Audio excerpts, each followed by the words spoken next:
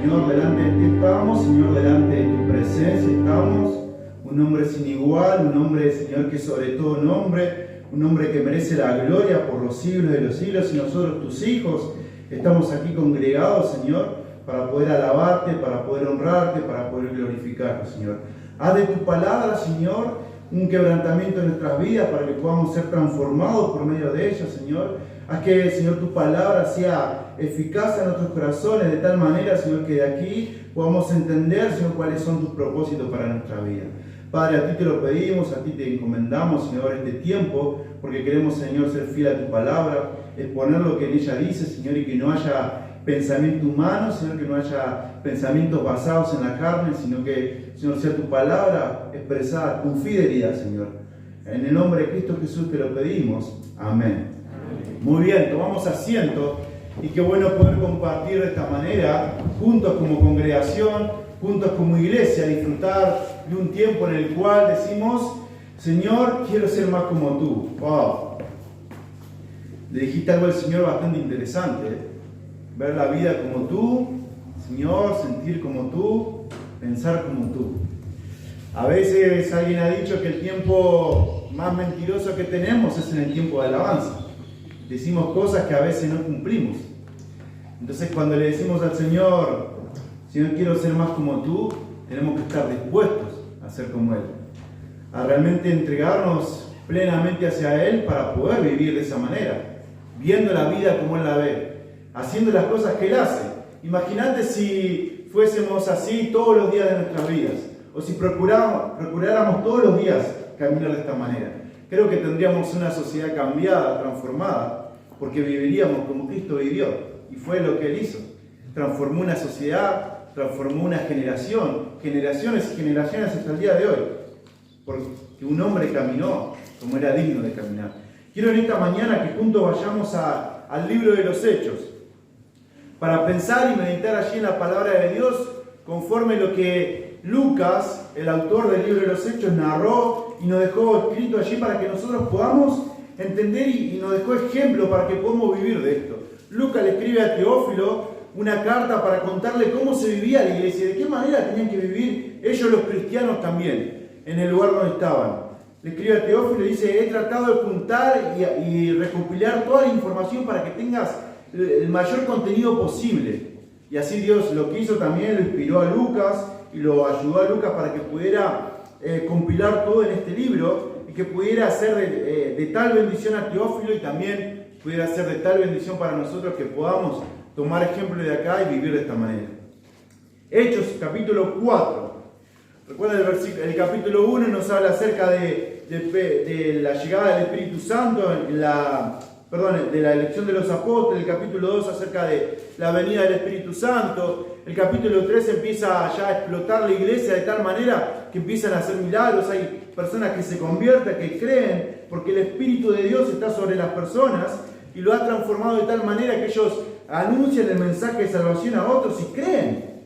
¿Sí? El capítulo 3, Pablo allí con Pedro y Juan, allí en el templo sanan un paralítico. No tengo ni oro ni plata, pero lo que tengo te doy. En el nombre de Jesucristo de Nazaret, levántate y anda.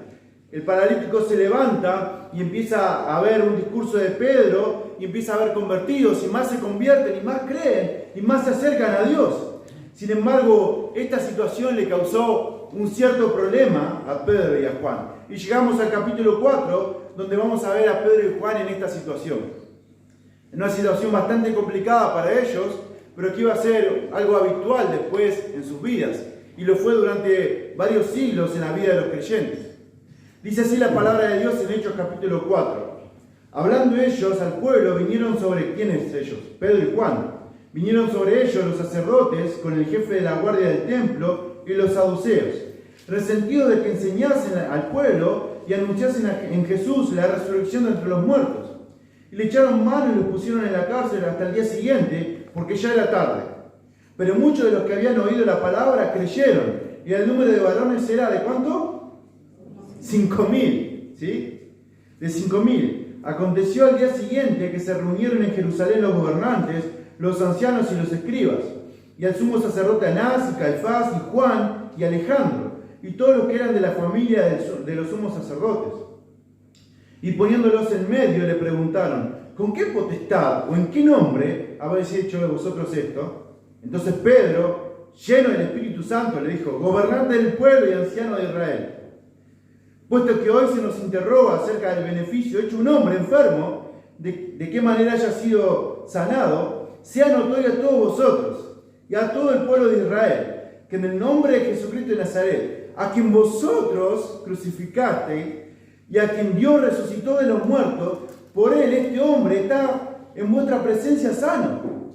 Este Jesús es la piedra reprobada por vosotros los edificadores, la cual ha venido a ser cabeza del ángulo, y en ningún otro hay salvación, porque no hay otro nombre bajo el cielo dado a los hombres en que podamos ser salvos. Entonces, viendo el denuedo de Pedro y de Juan, y sabiendo que eran hombres sin letra y del vulgo, se maravillaban y reconocían que habían estado con Jesús. Y viendo al hombre que se había sanado, que estaban de pie con ellos, no podían decir nada en contra. Entonces les ordenaron que saliesen del concilio y conferenciaban entre sí diciendo: ¿qué haremos con estos hombres? Porque de cierto señal manifiesta ha sido hecha por ellos, notoria a todos los que moran en Jerusalén, y no lo podemos negar. Sin embargo, para que no se divulgue más entre el pueblo, amenacémosle para que no hablen de aquí en adelante en nombre alguno en este nombre. Y llamándolos, los intimaron que en ninguna manera hablasen ni enseñasen el nombre de Jesús. Escuchen esto. Mas Pedro y Juan le respondieron diciéndole: juzgad si es justo delante de Dios obedecer a vosotros antes que a Dios, porque no podemos dejar de decir lo que hemos visto y oído.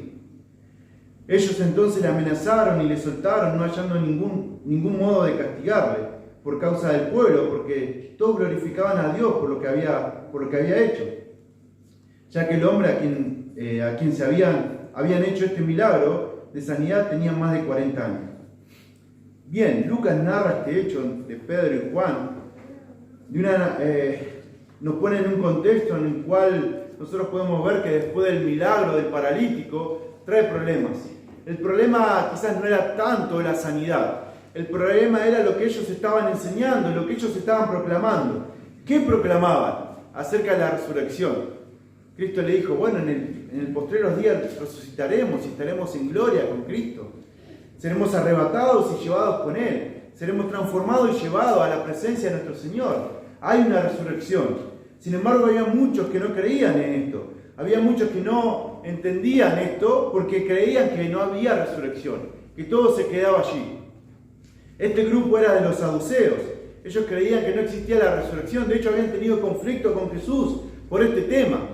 Entonces, cuando los saduceos escuchan a Pedro y a Juan predicar este verdadero evangelio acerca de la resurrección, porque es lo que nos da esperanza, es lo que le dio esperanza a los apóstoles en ese tiempo, que Cristo vendría algún día, que su muerte no se quedaba allí solamente en la muerte en el sepulcro, sino que serían resucitados y estarían en la eternidad con Cristo. Ese era el gozo que tenían ellos.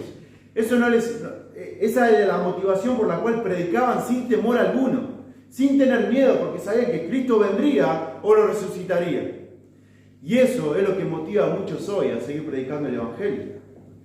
Conocemos la realidad que se está viviendo en Asia, en Oriente, más específicamente hoy en Afganistán, teniendo tales problemas, y escuchamos la noticia de nuestros hermanos que están siendo perseguidos y muertos.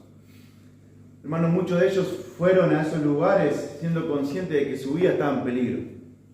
Muchos de ellos están dispuestos a entregar su vida porque saben que hay una resurrección y porque saben que es importante compartirle un evangelio a aquellos que se están perdiendo para que puedan tener esa misma resurrección. Sin embargo, a veces nos duele porque sabemos que son hermanos en la fe que van a perder su vida. Y hace unos días recordaba a un hermano, un misionero, que me decía una verdad muy interesante. Me decía: mirá, Saúl, hay que orar por ellos porque no por causa de sus muertes, sino porque ellos están dispuestos a entregar sus vidas. Pero hay muchos de ellos que son perseguidos espiritualmente. Oremos para que estén preparados espiritualmente. Y bueno, cuando te preparas en las misiones te dicen: bueno, tenés que prepararte no solo físicamente para entregar tu vida a causa del Evangelio, sino espiritualmente también. porque en una de esas puede ser doblegado. Y nuestra oración por ellos hoy en día debe ser: Señor, más allá de que ellos estén dispuestos a entregar su vida, protégelos en su vida espiritual. Que su vida espiritual no sea doblegada y que ellos puedan seguir predicando el Evangelio, sea lo que tenga que pasar. Y nosotros hoy quizás vivimos un contexto totalmente diferente, pero sin embargo, nosotros debemos saber que el Evangelio se debe predicar de tal manera que tiene que estar la verdad implantada allí. La verdad clara y difundida de tal manera que la gente pueda entender el verdadero Evangelio. En un contexto en el cual vivimos donde tenemos que limitarnos a decir ciertas cosas, donde tenemos que acoplarnos a decir algunas cuestiones que tienen que ver con pensamientos ideológicos que están puestos. Muchos de los que están quizás en las escuelas saben que hay que enseñar ciertas cosas. En esta semana se recordaba la semana del ESI, ¿no? Donde hay que enseñar la educación sexual integral como a un grupo de personas lo plantea. Y sin embargo, aquellos que están frente a las aulas, tenemos que saber, tenemos que ser fieles al Evangelio que vamos a predicar y de qué manera lo vamos a anunciar. Y quizás a muchos de nosotros nos cueste nuestro lugar de trabajo, nuestro lugar de una posición cómoda, pero lo importante es que puedas estar dispuesto a contar la verdad tal cual es, que puedas decirla como lo dijeron acá los apóstoles. No importaba quién se iba a parar enfrente, lo que importaba es que el mensaje sea predicado. Entonces los saduceos se encontraban ahí diciéndole: bueno, no queremos la resurrección, así que hay que meterlos presos. Y hay que meterlos presos, ¿sí? Porque dice el versículo 2, estaban resentidos, había un dolor, tenían bronca, tenían un fastidio con Pedro y Juan, porque estaban anunciando tales cosas que ellos no creían. ¿Por qué anuncian esto? ¿Por qué anuncian el nombre de esta persona? ¿Por qué cuentan lo que Cristo contó? Si ya Cristo murió, ya no tenemos noticia de él. ¿Por qué siguen contando esto? Y dice que le echaron mano y lo pusieron en la cárcel hasta el día siguiente. En ese tiempo, cuando ellos lo apresaron, ya era de tarde, dice Hendrickson en su libro de comentarios. Y para tener que enjuiciarlo tenían que esperar al otro día, porque a la tarde era el momento donde se hacían los sacrificios. O sea que terminaban de hacer los sacrificios los maestros de la ley, todos los sacerdotes, y bueno, recién habían terminado de lavar sus culpas por el pecado. Así que no era bueno a continuación quizás caer en algún pecado. Es como podemos decir ahora: bueno, salimos de la iglesia y bueno, no puedo hacer nada porque recién salí de la iglesia. Voy a esperar hasta mañana, o pasado, o dentro de un par de horas, porque ahí sí. ¿Cómo vas a hacer esto? Recién vení de la iglesia, ¿no? ¿Cómo vas a hacer tal cosa? ¿Cómo vas a decir tal cosa? Bueno, en ese tiempo pasaba algo parecido. Habían hecho los sacrificios, lo toman preso a Pedro y a Juan, dice: bueno, no vamos a enjuiciarlo, porque recién acabamos de pedir perdón por nuestros pecados. Así que vamos a esperar hasta mañana. Lo tienen una noche en la cárcel, un lugar, si bien Lucas no narra cómo fue la situación en la cárcel, pero sabemos que en ese tiempo las cárceles eran bastante feas y no era un lugar quizás dentro de todo cómodo como hoy se vive. Lo llevan preso y están allí prisioneros. A estos hermanos les ofendió, o a estas personas les ofendió el Evangelio. Les ofendió porque dice el versículo 4 que muchos creyeron en esto, en lo que se estaba anunciando. Dice que fueron como 5.000, eran 5.000 varones que se habían convertido. Y en ese tiempo se convertía el hombre, el jefe de hogar, y enseguida llevaba a su familia también a los pies de Cristo. Así que allí había más de 10.000 convertidos. Y la iglesia iba creciendo de esta manera, a tal punto que la predicación del Evangelio era tan fiel a lo que Cristo había anunciado, que causaba este efecto, que miles y miles se convirtieran y sean transformados y estén dispuestos, tanto así como Pedro y Juan, a entregar su vida por causa del mensaje de salvación. Dice el versículo 5, aconteció que al día siguiente, ¿sí? Después que bueno, ya pasó el tiempo del sacrificio, bueno, ahora sí puedo pecar tranquilo, como que ya pasó, total a la tarde voy a pedir perdón, ¿no? Al día siguiente, dice, se reunieron en Jerusalén los gobernantes, los ancianos y los escribas, y también el sumo sacerdote, Anás, Caifás, Juan y Alejandro. Bueno, era un grupo, ¿no? Estaban los saduceos que no creían en la resurrección, estaban los escribas que eran los que hacían cumplir la ley, y estaban los fariseos también, en medio de ellos. Los fariseos lo que se encargaban de hacer fue un grupo que dijo: miren, nuestros padres pecaron de tal manera que fueron llevados en cautiverio a Babilonia. Como ellos pecaron, nosotros queremos alejarnos de ese pecado y vivir de una manera santa. Y empezaron a vivir de una manera santa. Pero llegó un momento que empezaron a ver las Escrituras y decir, bueno, hay cosas que no están muy claras acá. Hay que hacerle una interpretación y decir qué realmente significa esto. Y entonces empezaron a interpretar la palabra de Dios. Dijeron, bueno, Moisés en la ley dice que el día de reposo no hay que hacer nada. Y planteaban temas como esto. Bueno, si una gallina pone un huevo, es un trabajo. Tengo que comer ese huevo porque es fruto de un trabajo. Entonces ellos anotaban en el Talmud tales cosas. Y empezaron a desviarse que el Talmud, o sea, la interpretación, fue fundamental y dejaron la escritura de lado. Y ellos vivían en base a eso. Ahora un pueblo que intentó ser santo, o un grupo que intentó ser santo y vivir conforme a la palabra de Dios, se desvió tanto que tuvo que crear otro libro y de esa manera vivían. Y eso se le llamó legalismo. Querer hacer por la ley que las personas se conviertan. Cuando alguien es un legalista es porque quiere hacer que a través de la ley o a través de hacer cosas la gente alcance salvación. Entonces estaban este grupo reunidos acá y fíjense, los saduceos que no creían en la resurrección, los escribas que también querían hacer cumplir la ley y los fariseos que tomaban el Talmud, o sea la interpretación y decían, bueno, todo lo que ustedes hacen no está en el Talmud, entonces hay que juzgarlo porque están predicando algo que es incorrecto. Se reunieron ellos y empezaron a poner, a enjuiciar a estos hermanos, a Pedro y a Juan. Dice, y poniéndolos en el medio, empezaron a hacerles preguntas. ¿En qué nombre ustedes se creen que hacen estas cosas? ¿Quién les dio autoridad? ¿Quién les dio el derecho de poder predicar en el nombre de Jesucristo? ¿Quién les dio la autoridad para que ustedes anuncien y digan tales cosas? Bueno, hermanos, no estamos muy lejos de que esto pueda suceder en un contexto como el que vivimos. No estamos muy lejos de que nos digan qué es lo que debemos decir y qué es lo que no debemos decir. No estamos muy lejos de que podamos ser quizás juzgados por decir la verdad de Cristo.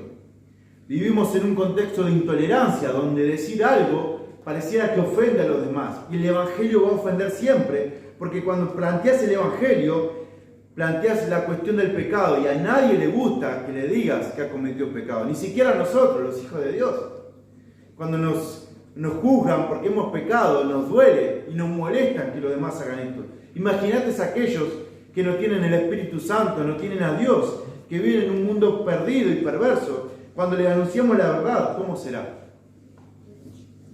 Los pusieron y le dijeron, ¿en qué autoridad hablan ustedes? ¿Con qué derecho pueden decir tales cosas? ¿Con qué derecho van a poder hablar en nombre de Jesucristo? ¿Cómo vamos a poder decir que la homosexualidad es pecado? ¿Cómo puedes decir esto?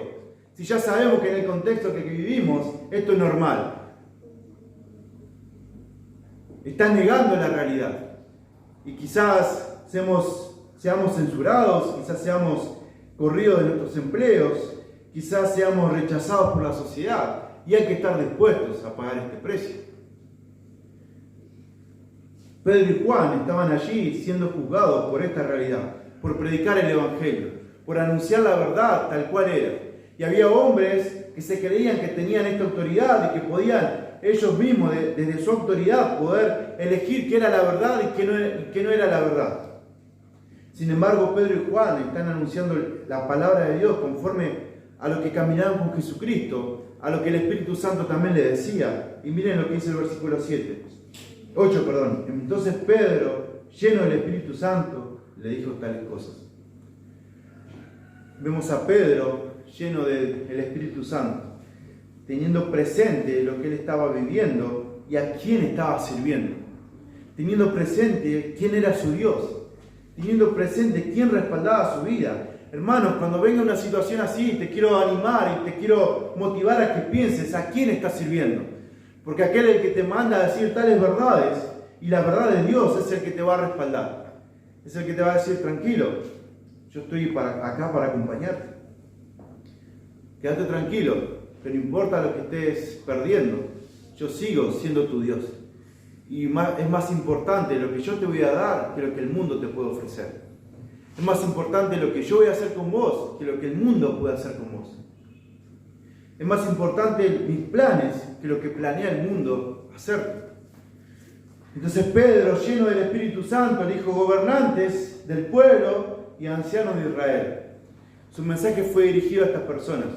A ustedes les voy a hablar. No les voy a hablar a aquellos que ya creyeron. Les quiero decir a ustedes, mirándolo a los ojos, les voy a decir esta verdad. Y présteme atención, porque esta verdad es absoluta. Porque esta verdad viene de parte de Dios. Porque yo no soy el que hablo, porque yo no soy el que digo estas cosas, es Dios. Cristo le dijo a sus discípulos: bueno, no tengan miedo, porque en su momento vendrá el Espíritu Santo y Él les dará palabra para que pueda hablar. Así que ustedes no piensen en qué van a decir, cómo lo van a hacer. Sean conscientes de esto, que el Espíritu Santo gobernará su vida de tal manera que ustedes podrán decir lo que Él quiere decir. Y de esta manera tendrán el respaldo de Dios. A ustedes les voy a hablar, le dice a los gobernantes y a los ancianos. Les voy a decir estas cosas. Puesto que hoy nos interrogan acerca del beneficio que he hecho a un hombre enfermo, ¿sí? Y de qué manera es que haya sido sanado. Ustedes me están juzgando por esto, dice Pedro. Lo están juzgando porque hemos sanado a un hombre. Le dice Pedro en el versículo 10. Sea notorio a todos vosotros, y también ahora se dirige al pueblo, y a todo el pueblo de Israel, que en el nombre de Jesucristo de Nazaret, a quien ustedes crucificaron.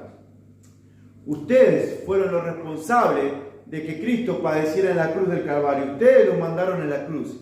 Porque Caifás había sido uno de los sumos sacerdotes que había dado la orden esto. Lo había llevado a Pilato ante Pilato. Ustedes fueron los que hicieron tales cosas. A ustedes les digo, ustedes cometieron el pecado. Ustedes están siendo juzgados por Dios. Sin embargo, más allá de lo que ustedes quieran hacer, dice el apóstol Pedro, a quien Dios resucitó de los muertos, ¿sí? Por él este hombre está en vuestra presencia sano. Más allá de que ustedes hayan querido crucificarle, que de hecho lo hicieron, Dios lo resucitó. Y como Él tiene el poder para resucitar a su Hijo, también tiene poder para sanar a un hombre que ha estado paralítico. La cuestión, ¿sí? Le cuestionan los milagros, le cuestionan los beneficios de ayudar a otras personas, lo acusan, ¿sí? por causa de que están creyendo, lo acusan porque han hecho semejante milagro, más allá de que ellos ven que esto es una realidad, que no lo pueden negar. Más adelante vamos a ver que ellos lo dicen, no pueden negar lo que Dios está haciendo. Hermano, nadie puede negar la obra que Dios está haciendo en tu vida. Nadie puede negar lo que Dios está haciendo a través de tu vida. Nadie va a poder parar eso. Nadie es capaz de poder levantarse y querer parar la obra de Dios, porque nadie tiene la autoridad. Quizás a nosotros nos quiten del medio, pero Dios seguirá poniendo personas para hacer la tarea. Avancemos sin temor, sin miedo, sin tener preocupación de qué nos pasará y de qué podrán hacer con nosotros. Avancemos sin temor. Hay que avanzar en el Evangelio, hay que predicarlo sin que nos importe lo que sucederá. Porque Dios está haciendo la obra y nosotros somos sus instrumentos. Hoy estaremos nosotros, mañana estarán otras personas. Lo importante es que mientras estemos podamos cumplir con lo que Dios nos pide que hagamos. Y ahora la pregunta es, hermano, ¿estamos cumpliendo lo que Dios nos pidió que hagamos? ¿Estamos cumpliendo lo que Dios nos pidió que hagamos y lo que Dios nos llamó y lo que Dios puso los dones en nuestros corazones para que lo ejerzamos y podamos hacer la bendición a las personas? ¿Estamos cumpliendo esta función? ¿Estamos haciendo lo que Dios nos demanda? A Pedro y a Juan no les interesó nada. Les interesaba compartir este evangelio. No les interesaba pararse delante de los gobernantes, de gente que podía llevarlos hasta la muerte, porque lo más importante era la predicación del evangelio. Sí, allí en el versículo 11 dice: este Jesús es la piedra reprobada por vosotros los edificadores, la cual ha venido a ser cabeza del ángulo. Y acá es el pasaje central de esta porción de las Escrituras. Y en ningún otro hay salvación, porque no hay otro nombre bajo el cielo dado a los hombres en que podamos ser salvos. El verdadero evangelio tiene que ver con esto: Cristo, solo Cristo. Predico a Cristo, solamente a Cristo y nada más que a Cristo. Él es el centro. Hoy le cantamos preciosas canciones a Cristo, exaltamos su nombre, lo honramos a través de las alabanzas, pusimos en alto el nombre de nuestro Señor. Bueno, así debe ser nuestra vida, en Cristo y solamente Cristo, en Él y solamente Él. Y para mí, para mi vida debe ser de esta manera: Cristo y solamente Cristo y nada más que en Él. No hay otro nombre bajo el cielo en que podamos ser salvos. Y en Él está la salvación. Y en Él está el gozo de nuestra salvación. Y en Él está nuestra esperanza. Y en Él está nuestro disfrute de esta vida y de la vida venidera. Porque caminamos en esta vida pensando en que estaremos con Él en la eternidad. Porque caminamos en esta vida sabiendo de que un día estaremos con Él. Quizás nos toque partir de este mundo por alguna muerte natural, o quizás estaremos de pie y Él vendrá a buscarnos y pasaremos gozosos en esta vida.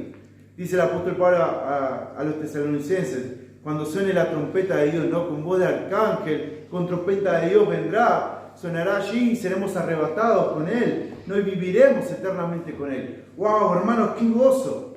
Qué gozo es esperar este momento, qué gozo es que pasemos nuestra vida pensando que Él es lo suficiente para nuestras vidas, sabiendo que Él vendrá en un momento a buscarnos como iglesia y que compartiremos la eternidad con Él.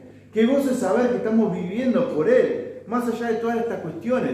Tendremos dificultades, las tendremos. Tendremos momentos de angustia, sí, tendremos muchas. Pero el gozo que tenemos de vivir en Cristo, de gozarnos en Él, de disfrutar en Él, de deleitarnos en Él, no se compara con todas las cosas que podemos vivir en este mundo. Dice el apóstol Pablo a los romanos: esta breve y momentánea tribulación no se compara con la gloria que vendrá más adelante. ¿Por qué? Porque en ningún otro hay salvación. Porque no hay salvación más preciosa y más alta que la que Cristo nos pudo dar en la cruz del Calvario. Allí perdonando nuestros pecados y así sanando nuestra culpa y liberándonos de la condenación eterna. Y te quiero animar, si en esta mañana, en este día, no has ido ante Dios pidiendo perdón por tus pecados, que vayas ante Él. Porque no hay mayor gozo que tener presente a Cristo en tu corazón y saber que Él vendrá un día a buscarte. Sigue diciendo Lucas en esta porción de las Escrituras. Dice: entonces, viendo el denuedo de Pedro y de Juan, y sabiendo que eran hombres del vulgo y sin letra, se maravillaban y reconocían que habían estado con Jesús. Bien, dice, estas personas son, de alguna manera, para resumirlo, son analfabetos. Son gente común, no son como nosotros, dicen, que somos personas preparadas, instruidas, que hemos hecho un Talmud, donde tenemos la ley ahí, la cumplimos a rajatabla. No son como nosotros. Sin embargo, hay algo que lo distingue. Caminaron con Jesús y se parecen a Él. Hablan como Él, piensan como Él, caminan como Él, actúan como Él. Y se reconocían que habían estado con Jesús. Son muy similares. Por eso después en Antioquía los llaman cristianos, porque eran parecidos a Cristo. Por eso hoy nosotros también nos llamamos cristianos, o nos hacemos llamar cristianos, porque entendemos que caminamos como Cristo, porque tenemos la mente de Cristo. Decíamos recién la canción: ver la vida como tú, caminar como tú, tener tu mente, tener tus ojos, tener tu andar. Eran personas que caminaban como Él. Hermanos, caminamos como Cristo. Cumplimos con los mandamientos que Dios nos pidió. Queremos parecernos cada vez más a Cristo.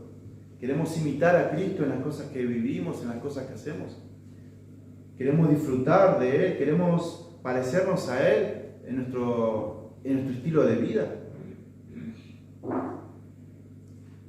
Versículo 14.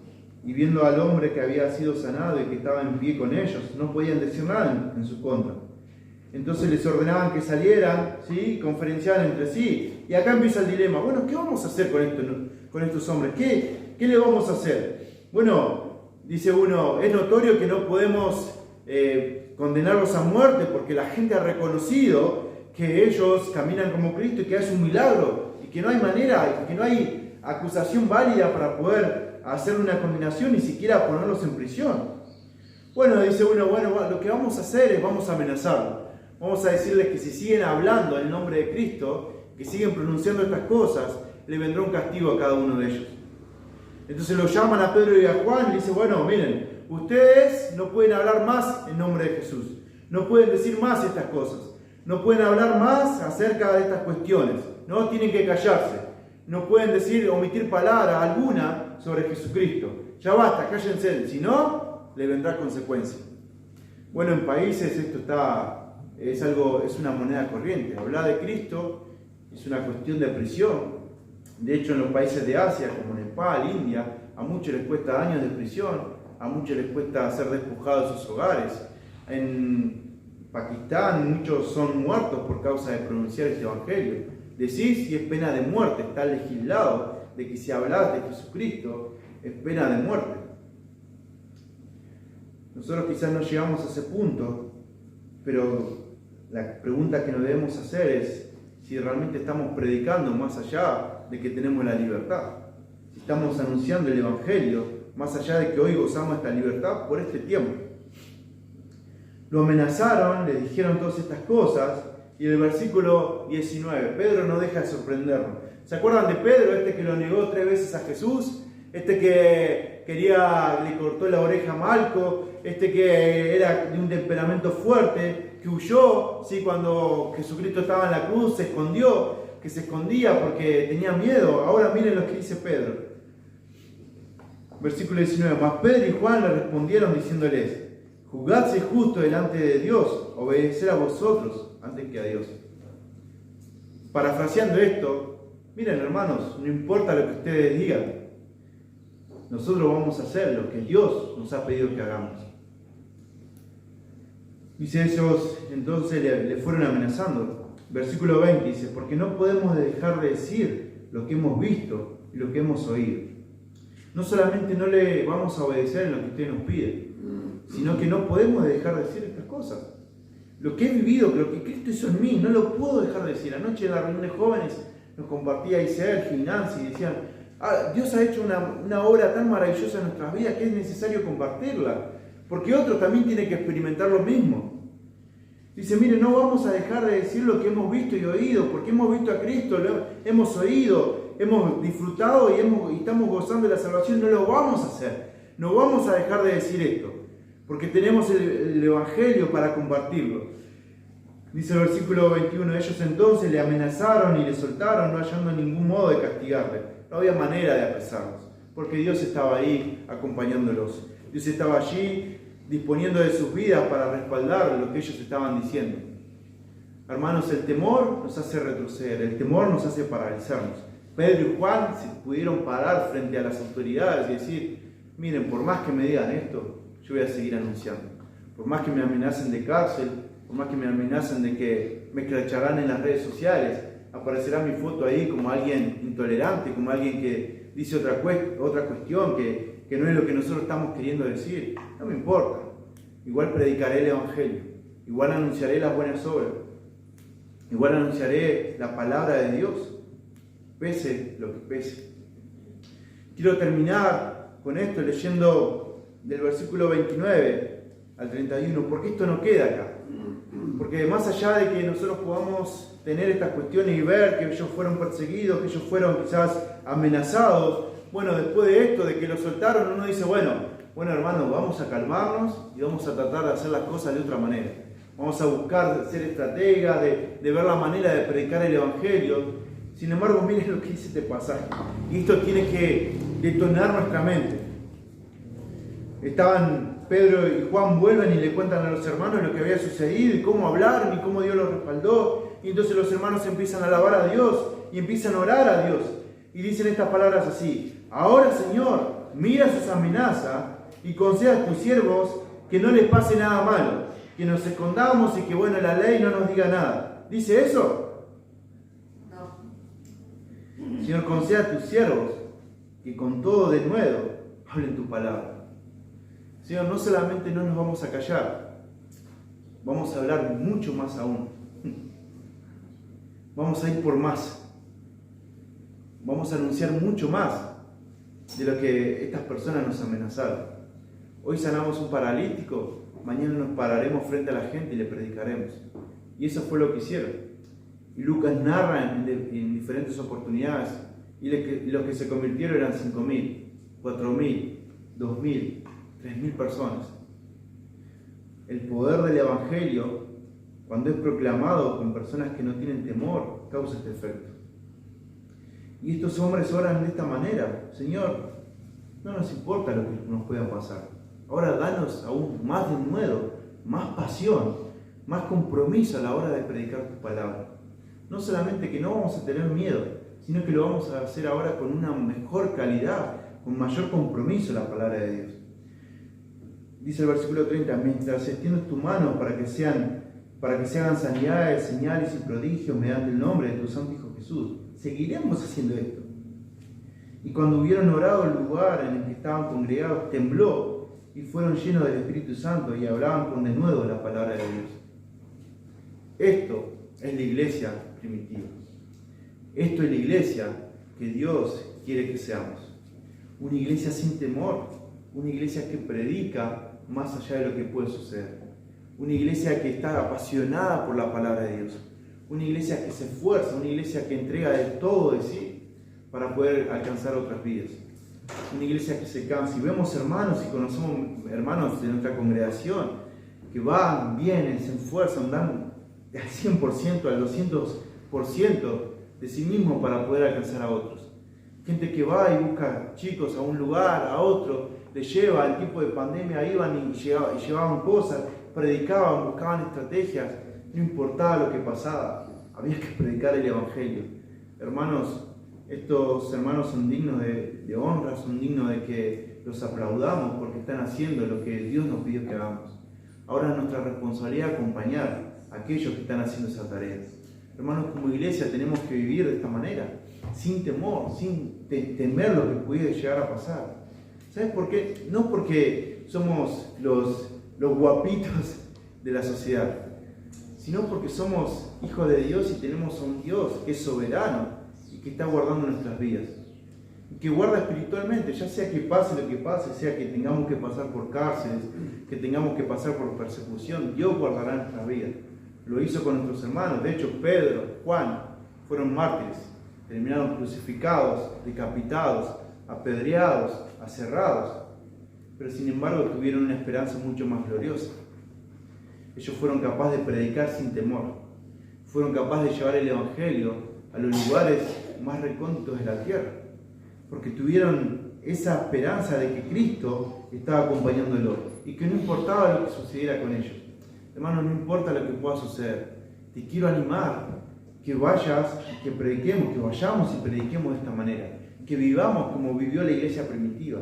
Que seamos de esta manera. Porque ahí está lo que Dios quiere que hagamos su iglesia. Que vivamos de esta forma. Y es allí donde Dios obra. Y es allí donde Dios respalda también. No en ocultarnos, no en escondernos, no en el temor, sino en el poder de la palabra de Dios.